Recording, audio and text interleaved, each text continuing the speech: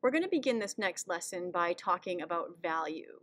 I imagine you spent a lot of time in middle school talking about value, but it can't hurt to have a refresher. So value in art is essentially how light or dark something is on a scale of white to black, with white being the highest value and black being the lowest value. I would recommend on your worksheet that you begin with one of the two middle boxes, just using a light, gentle pressure, trying to create a smooth, even tone with your pencil. We're just using a Dixon Ticonderoga pencil. If you have graded pencils, you can absolutely use those. When you pick up your pencil, you'll notice that you might be inconsistent when you put your pencil back down. So trying to work without interruption and just creating that even blend of graphite on paper. Like videos in the past, I've sped this up. I don't expect you to work this fast. It's okay once you get a little closer to the next box to overlap, because we want to create these gradual transitions. We don't want it to look really harsh from one box to the next. So I want you to focus on, as you're going toward the next box, to evenly blend that, a nice even gradation of tone. That might mean going back over some of your marks to blend them. It's always better to err on the lighter side. It's much easier to create a darker mark than it is to lighten up your marks. Now here I'm using a blending stump to blend my marks so they are more smooth. If you don't have a blending stump, you could use your finger. This is just a worksheet. On a final work of art, you don't want to use your finger. Our finger has oils in it and they're not archival. It can break down the paper over time, but for this exercise, using your finger would be fine. Next, I like to jump over to the last and darkest box. I feel as though it helps keep my scale more consistent. So I'm pressing with really firm pressure to fill in this box, more so on the right side of the box than the left side of the box. So I'm going to keep filling in and going over it several times to really darken that. If I were to number my boxes 1, 2, 3, and 4, I really want to pay attention where they're overlapping and how to create a smooth transition, not a harsh transition.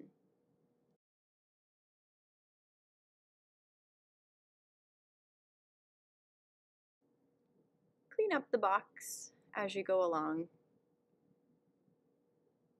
And moving now into the middle of these two, I'm applying a pressure that is in between the two that I've just done, not quite as hard as the box on the right and not as light as the box on the left. Paying real careful attention to the pressure that you're adding onto the pencil. And then my final box on the left, super light pressure, really in the middle of the two boxes, and then as light as possible as you go off to the left of the box. I might go back in and erase some of that to make that the lightest shade possible.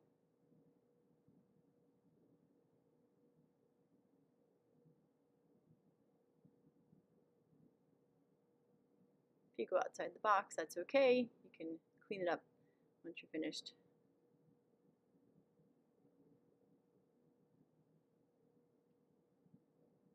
And if you have a blending stump, feel free to go in and really blend the inconsistencies. If you don't have that, you can use your finger just for this. Again, using your finger is not archival, but for a worksheet like this, it's okay. So we've just created a value scale from shading boxes from dark to light or light to dark.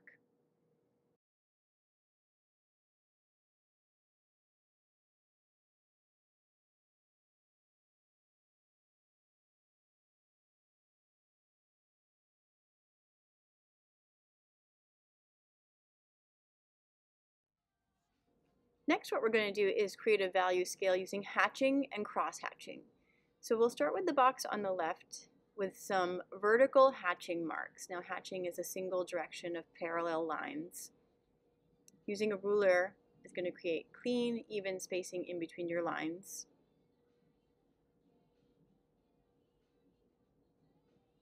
You're going to do this from box 1 all the way down to box 4.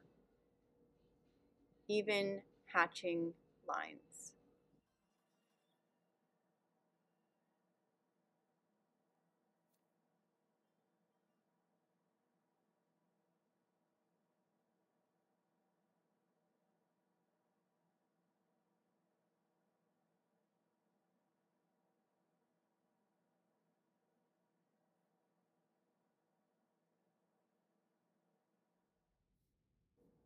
All the way down to the end.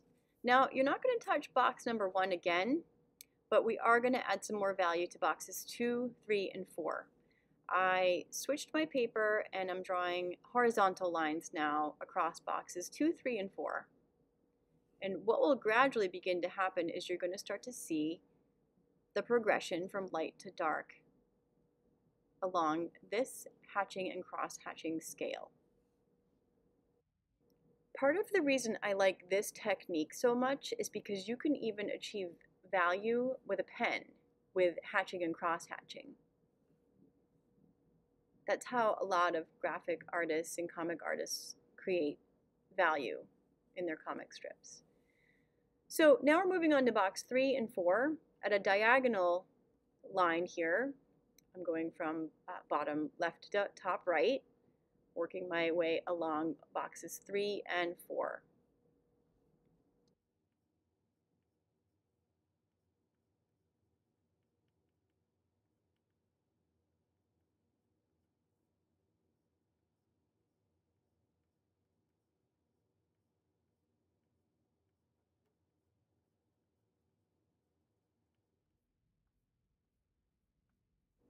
And lastly, box number 4, I'm going to reverse my diagonal lines. So when you step back from this, you definitely can see how it goes from left to right, from light to dark.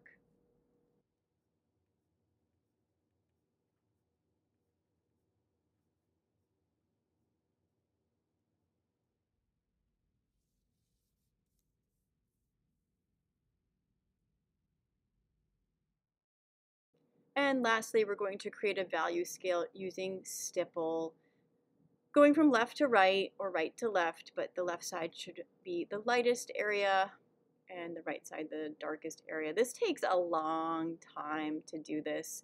People make portraiture all the time using stipple. And it's another way to achieve value without applying pressure or needing variation of graded pencils. You can actually achieve value this way, just like hatching and cross-hatching with pen.